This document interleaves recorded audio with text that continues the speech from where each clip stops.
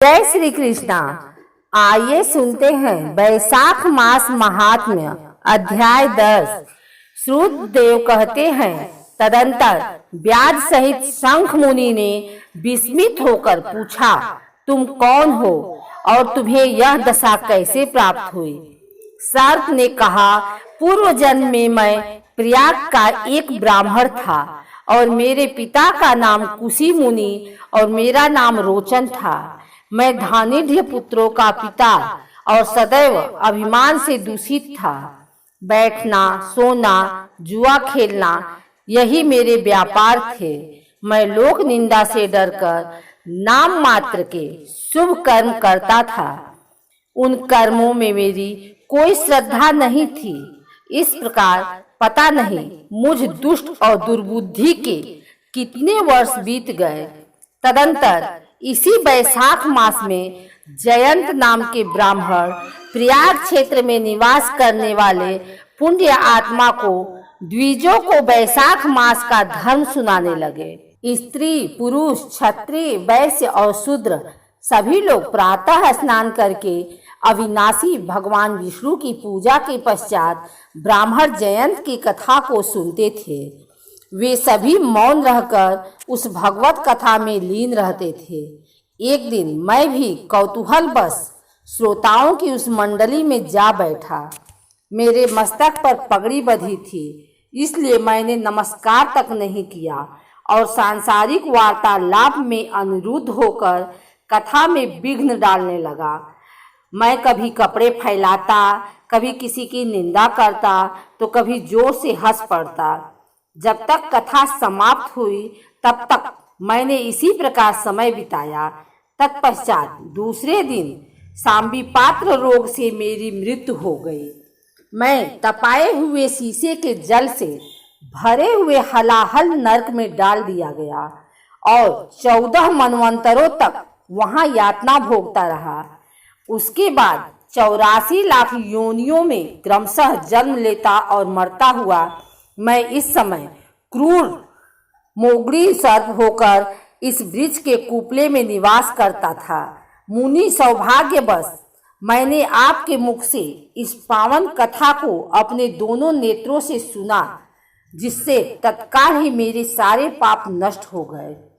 हे मुनि श्रेष्ठ, मैं नहीं जानता कि आप किस जन्म की मेरे बंधु हैं, क्योंकि मैंने कभी उपकार नहीं किया है, तो भी मुझ पर आपकी कृपा हुई। जिनका चित्त समान है, जो सब प्राणियों पर दया करने वाले साधु पुरुष हैं, उनमें परोपकार की सर्वाधिक प्रवृत्ति होती है।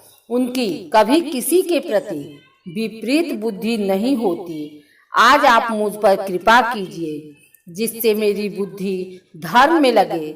देवाधिदेव भगवान विष्णु की कभी मुझे विस्मृत ना हो और साफ चरित्र वाले पुरुषों का सदा ही संग प्राप्त हो। जो लोग मद से अंधे हो रहे हों, उनके लिए एकमात्र दरिद्रता ही उत्तम अंजन है। इस प्रकार से स्तुति करते हुए रोचन ने बार बार संत को प्रणाम किया और हाथ जोड़कर चुपचाप उनके आगे आ खड़ा हुआ। तब संत ने कहा, हे ब्राह्मण, तुमने वैशाख मास और भगवान विष्णु का महात्म्य सुना। ठीक उसी क्षण तुम्हारा सारा बंधन नष्ट हो गया। हे द्विज श्रेष्ठ, परिभास, भय, क्रोध, द्वेष, कामना अथवा स्नेह से भी एक बार भगवान विष्णु के पापहारी नाम का उच्चारण करके बड़ी से बड़ी, भारी से भारी पाप रोग शोक रहित होकर वैकुंठ धाम में चले जाते हैं। फिर जो श्रद्धा से युक्त क्रोध और इंद्रियों पर काबू कर सबके प्रति प्रेम भाव रखते हुए भगवान की कथा सुनते हैं, वे उनके लोक में जाते हैं। इस विषय में तो कहना ही क्या है। कितने ही भक्तों ने भक्ति के बल पर एकमात्र भगवान की कथा वार्ता में तत्पर होकर के अन्य सब धर्मों का त्याग करके भगवान विष्णु के परम पद को पा लेते हैं। भक्ति से अथवा द्वेष से कोई भी भगवान की भक्ति करते हैं, वे भी प्राणहारिणी पूतना के परम पद को प्राप्त होते हैं। सदा ही महात्मा पुरुषों का संग और उन्हीं के विषय में वार्तालाप करना चाहिए। रचना शीतल होने पर भी जिसके प्रत्येक श्लोक में भगवान के सुयश सूचक नाम है, वही बाणी जन समुदाय के पाप राशि का नाश करने वाली होती है। क्योंकि साधु पुरुष उसी को सुनते हैं, गाते हैं और कहते हैं जो भगवान किसी से कष्ट साध्य सेवा नहीं चाहते, आसन आदि विशेष उपकरणों की इच्छा नहीं रखते तथा सुंदर रूप और यौवन नहीं चाहते, अपितु एक बार भी स्मरण करने पर अपना परम प्रकाशमय वैकुंठ धाम दे डालते हैं। उन दयालु भगवान को छोड़कर मनुष्य किसकी शरण में जाए? उन्हीं लोग शोक से रहित चित्त का चिंतन करने योग्य दया निधान भक्त वत्सल भगवान नारायण के शरण में जाओ। महामते, वैशाख मास में कहे हुए इन सब धर्मों का पालन करो, उससे प्रसन्न होकर भगवान जगन्नाथ तुम्हारा कल्याण करेंगे। ऐसा क्या करें? शंख मुनि व्याध की ओर देखकर चुप हो गए। तब उस दिव्य पुरुष ने पुनः इस प्रकार कहा, हे मुनि, मैं धन्य हूँ, आप जैसे दयालु पुरुष ने मुझ पर अनुग्रह किया। मेरी सर्व योनि दूर हो गई और अब मैं परम गति को प्राप्त हो रहा हूँ। मेरे लिए बहुत बड़ी सौभाग्य की बात है। यूं कहकर दिव्य पुरुष ने शंख मुनि की परिक्रमा की और उनकी आज्ञा लेकर दिव्य लोक को चला गया। तदंतर संध्या हो गई।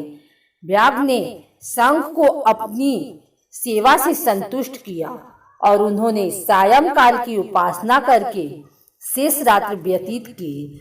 भगवान की लीला और अवतारों की वार्ता कथा द्वारा रात व्यतीत करके शंख मुनि ब्रह्म मुहूर्त में उठे और दोनों पैर धोकर तारक ब्रह्मा का ध्यान करने लगे। तत्पश्चात शौच आदि से निवृत्त होकर वैशाख मास में सूर्योदय से पहले स्नान किया और संध्या तर्पण आदि सब कर्म समाप्त करके उन्होंने हर्ष युक्त हृदय से व्याध को बुलाया। व्याध को बुलाकर उसे राम इस 2 अक्षर वाले शब्द का उपदेश दिया, जो वेद से भी अधिक शुभ कारक है। इस प्रकार कहा, भगवान विष्णु का एक एक नाम भी संपूर्ण वेदों से महत्वशाली माना गया है। ऐसे अनंत नामों से अधिक है भगवान विष्णु का सहस्त्र नाम। उस सहस्त्र नाम के समान ही राम नाम माना गया है। इसलिए हे व्याध, तुम निरंतर राम नाम का जप करो और मृत्यु पर्यंत मेरे बताए गए धर्मों का पालन करते रहो। इस धर्म के प्रभाव से तुम्हारा वाल्मीकि ऋषि के घर जन्म होगा और तुम इस धरती पर वाल्मीकि के नाम से प्रसिद्ध होगे। व्याध को ऐसा उपदेश देकर मुनिवर शंख ने दक्षिण दिशा की ओर प्रस्थान किया। व्याध ने भी शंख मुनि की परिक्रमा करके बार बार उनके चरणों को प्रणाम किया और जब तक वे दिखाई दिए तब तक उन्हें ही देखता रहा। फिर उसने अति योग्य वैशाख मास के धर्मों का पालन किया। जंगली कैद, कटहल, जामुन और आम आदि फलों से वह राह पर चलते थके हुए पथिकों को भोजन कराता था। जूता, पंखा, छाता, चंदन आदि के द्वारा तथा छाया आदि की व्यवस्था से पथिकों के परिश्रम और पसीने का निवारण करता था। प्रातः काल स्नान करके दिन भर राम नाम का जप करता था। इस प्रकार धर्म अनुष्ठान करके वह दूसरे जन्म में वाल्मीकि का पुत्र हुआ। उस समय वह महायशस्वी वाल्मीकि के नाम से प्रसिद्ध हुआ। उन्हीं वाल्मीकि जी ने अपनी मनोहर प्रबंध रचना द्वारा संसार में दिव्य राम कथा को प्रकाशित किया, जो समस्त कर्म बंधनों का उच्छेद करने वाली है। मिथिलापते, देखो वैशाख का महात्म्य कैसा ऐश्वर्य प्रदान करने वाला है, जिससे कि व्याध परम दुर्लभ ऋषि भाव को प्राप्त हो गया।